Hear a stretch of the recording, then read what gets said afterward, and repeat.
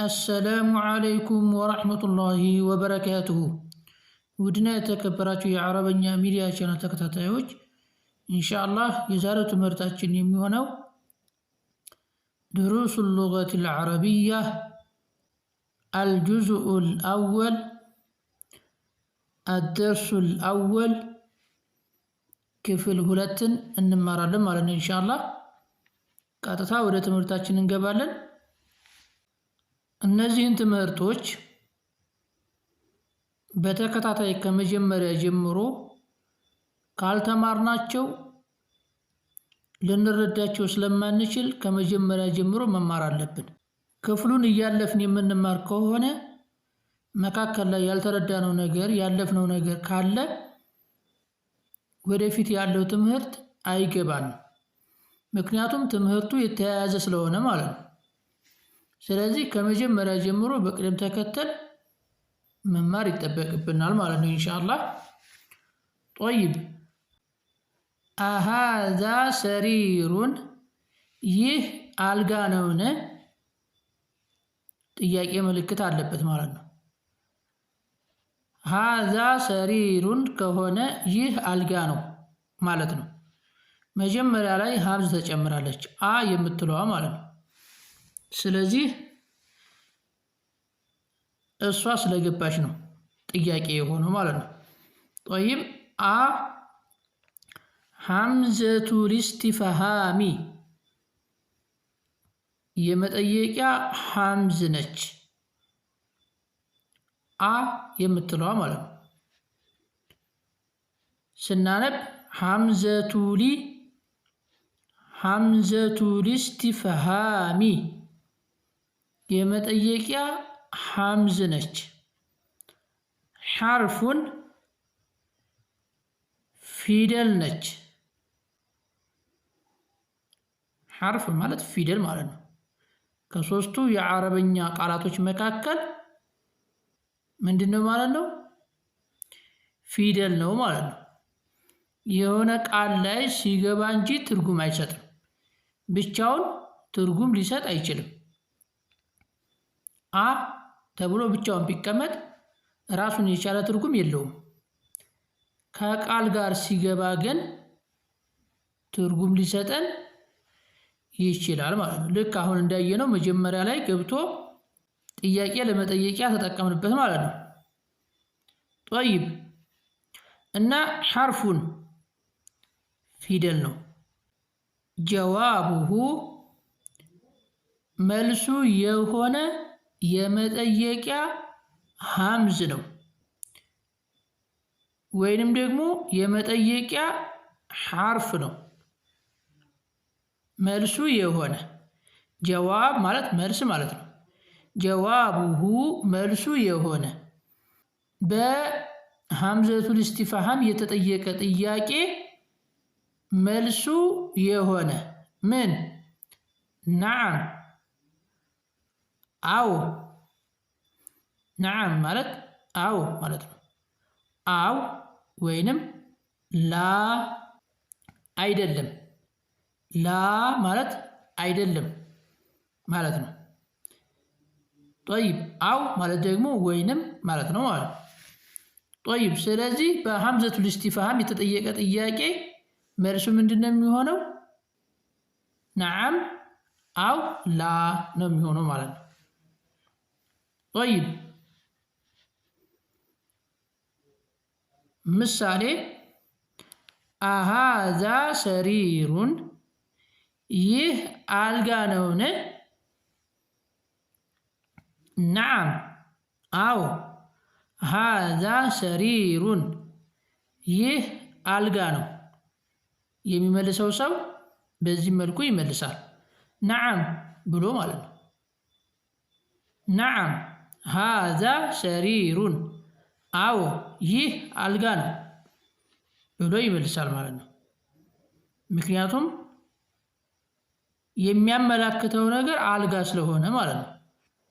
አሃዛ ረጁሉን ይህ ወንድ ሰው ነውን? ረጁል ማለት ሰው ማለት ነው። ምን አይነት ወንድ ሰው ማለት ነው። አሃዛ ረጁሉን ይህ ወንድ ሰው ነውን? ነዓም አዎ። ሃዛ ረጁሉን ወንድ ሰው ነው ብሎ ይመልሳል ማለት ነው። በመቀጠል አሃዛ ኩርሲዩን ይህ ወንበር ነውን?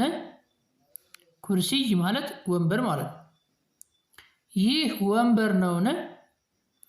ላ አይደለም።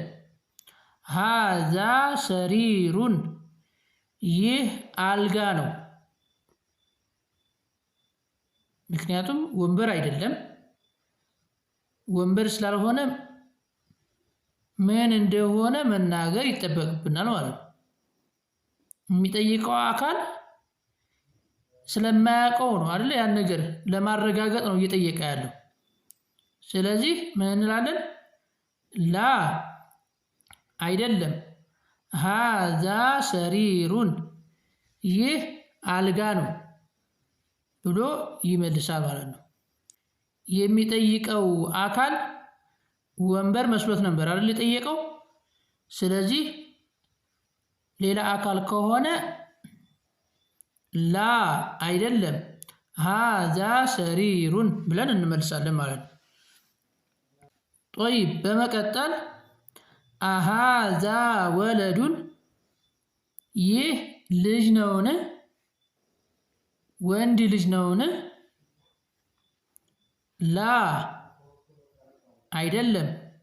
ሃዛ ይህ ረጁሉን ወንድ ሰው ነው። ይህ ማለት ረጁል ማለት መካከለኛ እድሜ ላይ ያለ ረጁል የሚባለው ያ ነው።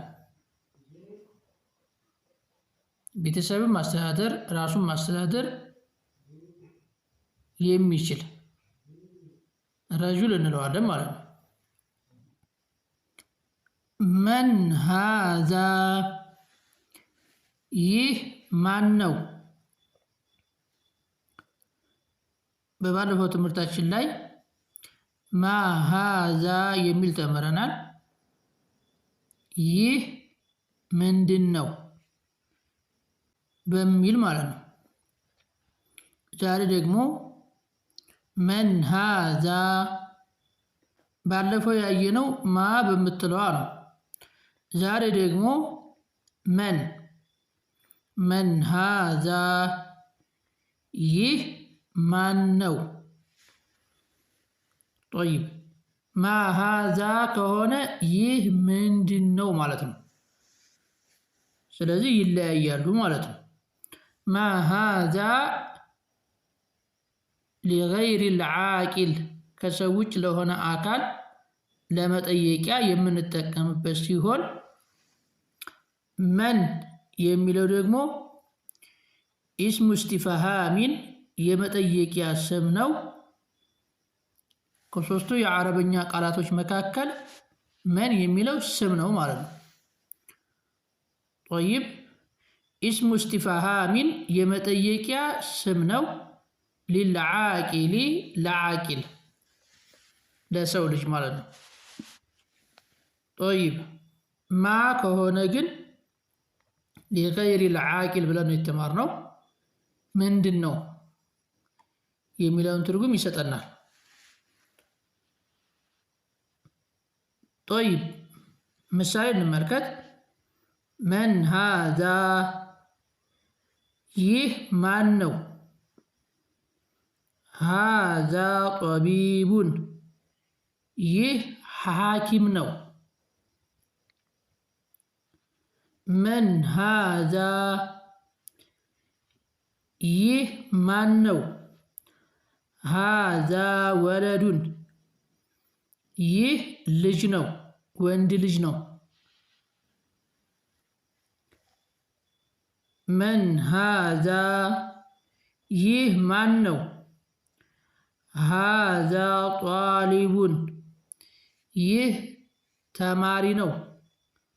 ጧሊቡን ማለት ተማሪ ማለት ነው።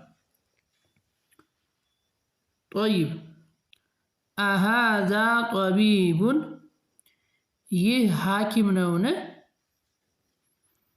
መጀመሪያ ላይ ሐምዘቱል ኢስቲፍሃም አስገብተን ማለት ነው። ስለዚህ ጥያቄው ተቀየረ። ይህ ሐኪም ነውን? ነዓም አዎ። ሃዛ ጠቢቡን ይህ ሐኪም ነው። አሃዛ ከልቡን ይህ ውሻ ነውን? ነዓም አዎ። ሃዛ ከልቡን ይህ ውሻ ነው። አሃዛ ጧሊቡን ይህ ተማሪ ነውን? ላ አይደለም። ሃዛ ጠቢቡን ይህ ሐኪም ነው። አሃዛ ቂጡን ይህ ድመት ነውን? ቂጡን ማለት ድመት ማለት ነው። አሃዛ ቂጡን ይህ ድመት ነውን? ላ አይደለም። ሃዛ ይህ ከልቡን ውሻ ነው። ለዛሬ እስከዚህ ይበቃናል። ወሰላሙ ዓለይኩም ወረሕመቱላሂ ወበረካቱሁ።